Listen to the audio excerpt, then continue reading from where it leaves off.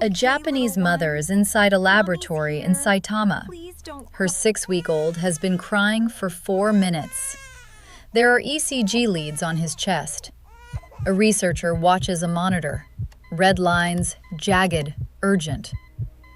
The mother picks up her baby. She begins to walk. Steady, continuous. No rocking, no shushing. Just walking. 30 seconds later, the lines go flat. The researcher leans toward the screen. Every time, she says. Every single time. It worked. That was RIKEN, Japan's version of NASA, but for the human brain. Researchers took 21 crying babies, had their mothers carry them while walking, and measured what happened. 5 minutes later, every single baby had stopped crying. Not most of them, every one. And their heart rates had begun dropping within 30 seconds of the first step. Tonight, I'm going to give you 3 things from that study that you can start using immediately. And I'll be honest, one of them I still find almost impossible to do myself. We'll get to it last. A quick note before we start. What I'm about to show you is so simple it might make you feel guilty. It made me feel guilty. But stay with me, because the relief that comes after the guilt is worth it. I know what you might be thinking. My baby cries for hours. 5 minutes of walking isn't going to fix that. Here's what the research shows. This is not a personality technique. It is a physiological reflex. Dr. Kumi Kuroda and her team at RIKEN tested it on every baby in the room. The baby's nervous system is not optional equipment. It all starts with one word: Onbu.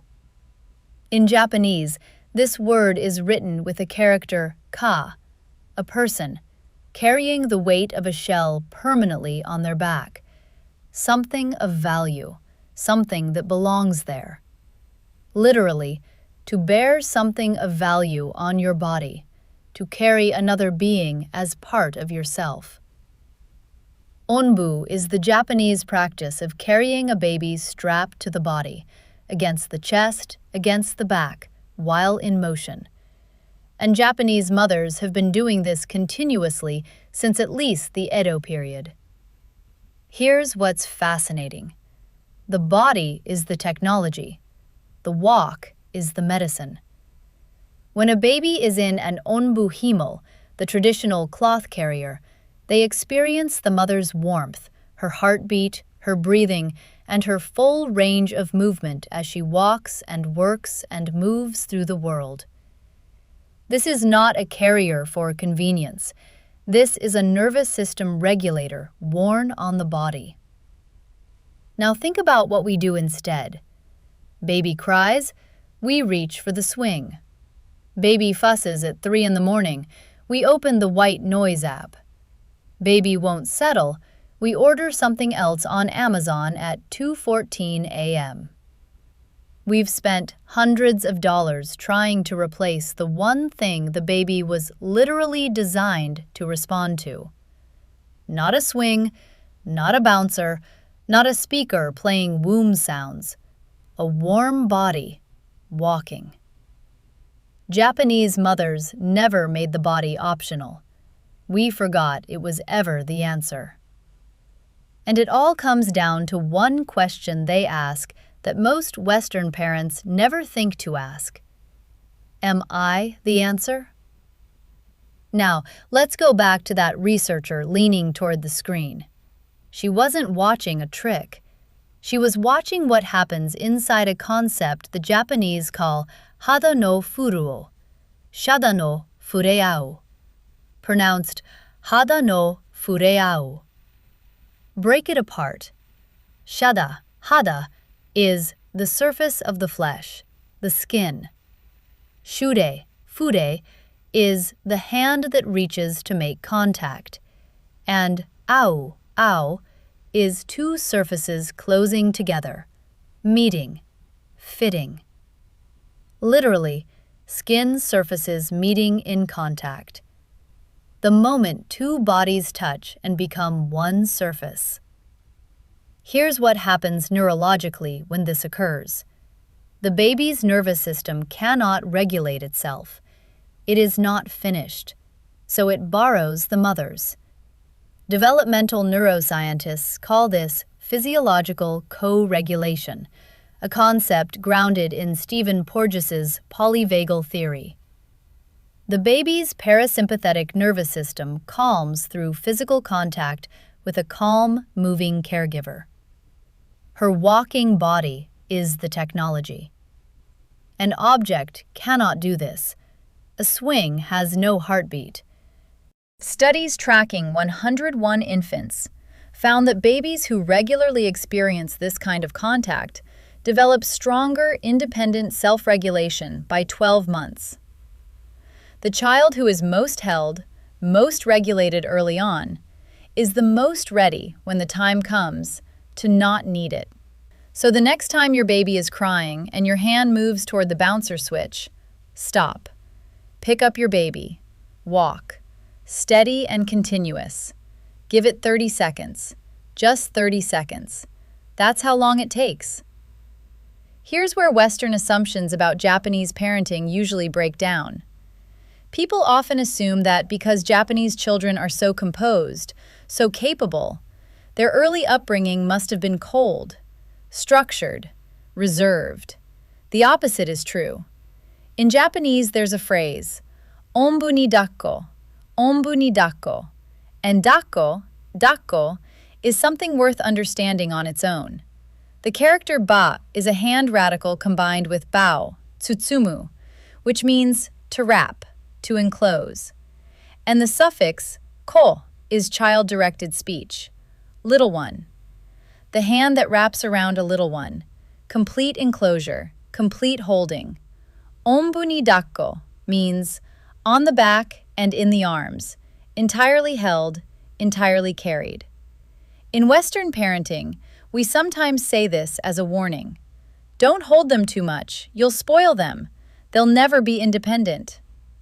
In Japan, it is a description of perfect infant care. Here's my honest opinion. You cannot hold a newborn too much.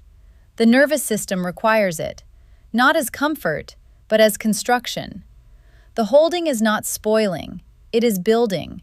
It is wired into the nervous system at a cellular level, and the research at RIKEN confirmed it with sensors and cameras and 21 babies who all stopped crying. The baby in the arms does not know it is being held. It knows it has arrived. Now, the one habit I told you I find almost impossible. It's the walking. Just the walking, without anything else. No phone in my hand, no podcast in my ear, no mental list of everything I haven't done yet. Just my body, walking, with my baby against my chest. Every instinct wants to multitask, to solve two things at once. But that stillness of attention, that's the point. That's the co-regulation actually happening. You have to be there for the nervous system to borrow. Now, I want to be honest, because this matters. Onbu doesn't work for every lifestyle, every body, every hour of the day. Some parents have back injuries. Some babies have medical needs that make carrying complicated. I'm not asking you to go Japanese.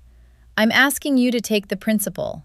Your body, walking, 5 minutes. That's the medicine. The form it takes is up to you. So here's your practical takeaway. Tonight, the next time your baby cries and your hand reaches for the bouncer switch, stop. Pick up your baby, hold them against your body, and walk.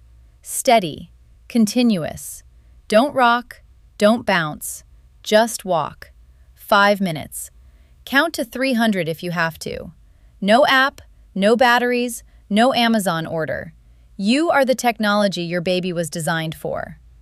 If you want to use this for sleep, 5 minutes of walking, then 8 minutes seated before you lay them down.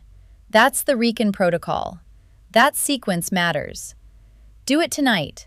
Do it tomorrow. Do it without pressure. without reward, just repetition, just trust. Give it 3 weeks. Watch who your baby starts to become. Onbu, to carry something of value on your body. Hada no Fureau, skin surfaces meeting, nervous systems merging. Dakko, the hand that wraps around the little one.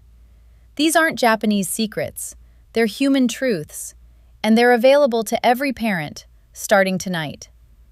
Western parents ask, "What can I buy to stop the crying?" Japanese parents ask, "Am I still the answer?" If this video gave you something to think about, share it with another parent who needs to hear it. A new mother, a sleep-deprived father, someone who's spent $200 on a swing. And if you want more on baby neuroscience, the research most parenting books never mention, subscribe. There's a lot more coming. See you in the next one.